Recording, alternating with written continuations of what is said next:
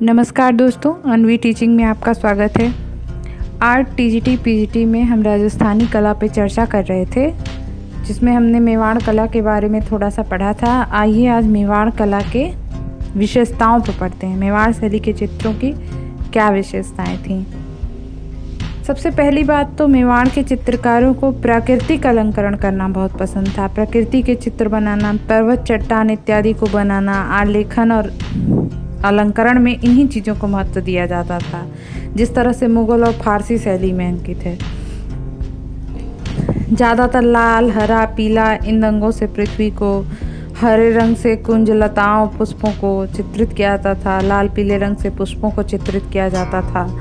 तो एक ये बात है कि उसमें प्रकृति का अंकन बहुत ही अच्छे तरीके से मेवाड़ शैली के चित्रों में आपको देखने को मिलता है।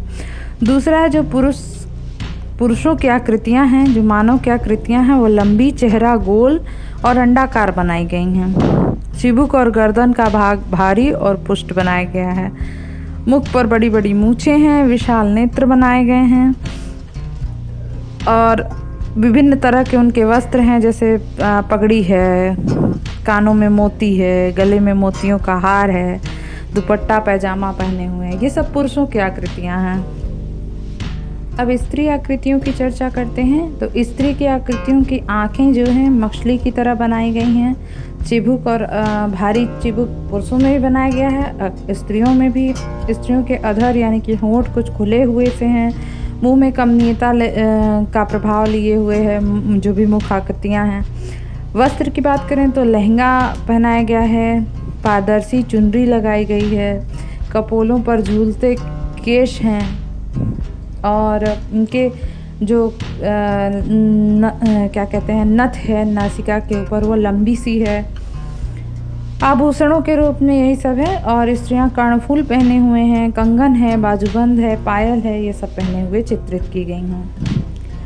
अब विषय किस तरह के विषय चित्रित किए गए हैं। तो मेवाड़ शैली में विभिन्न प्रकार के विषय चित्रित किए गए हैं, जैसे बिहारी सतसई है, सूर सागर है, पंचतंत्र के उपाख्यान है, कादम्बरी है, पृथ्वीराज रासो, गीत गोविंद, रसिक प्रिया, कवि प्रिया, मधुमालती, नल दमयंती, इन सभी कथाओं को चित्रित किया गया है। इसके साथ ही ग्राम जीवन का, दरबार का, जुलूस, विवाह उत्सव, संगीत, नृत्य, इन सब का, आखेट का, नौका विहार का, इन सब का भी वर्णन किया गया है। साथ ही रामायण का, कृष्ण लीला मुख्य और प्रमुख विषय रहे हैं। और बात करते हैं इसकी विशेषताओं की, तो इनमें हाशिए बनाए गए हैं। जो हाशिए अर्थात मतलब चारों तरफ किनारे हैं जो बनाई गई हैं, वो लाल रंग की हैं। साथ ही साथ उसमें सपाट लाल या पीले सादा पट्टियों के थ्रू भी हाशिए बनाए गए हैं। भवनों की बात करें तो भवन में जो दार्शनिक परिप्रेक्ष्य का प्रयोग किया गया है, अर्थात इससे ये पता चलता है कि कौन सी चीज़ें दूर हैं, कौन सी चीज़ें पास हैं, इस तरह परिप्रेक्ष्य का प्रयोग किया गया है।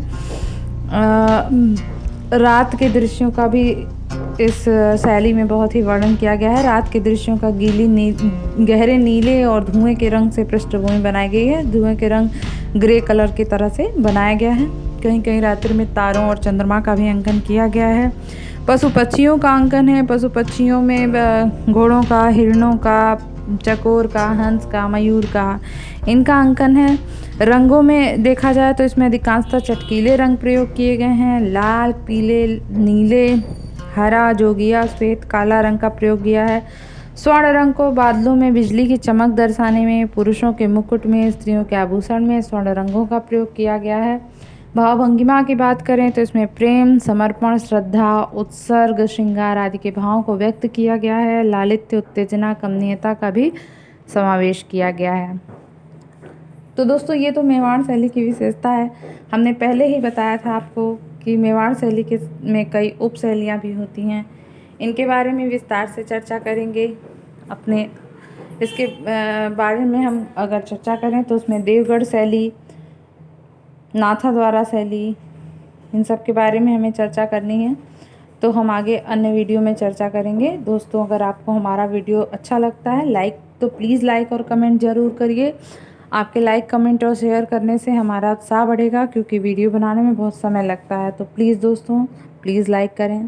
Thank you. Thanks for watching.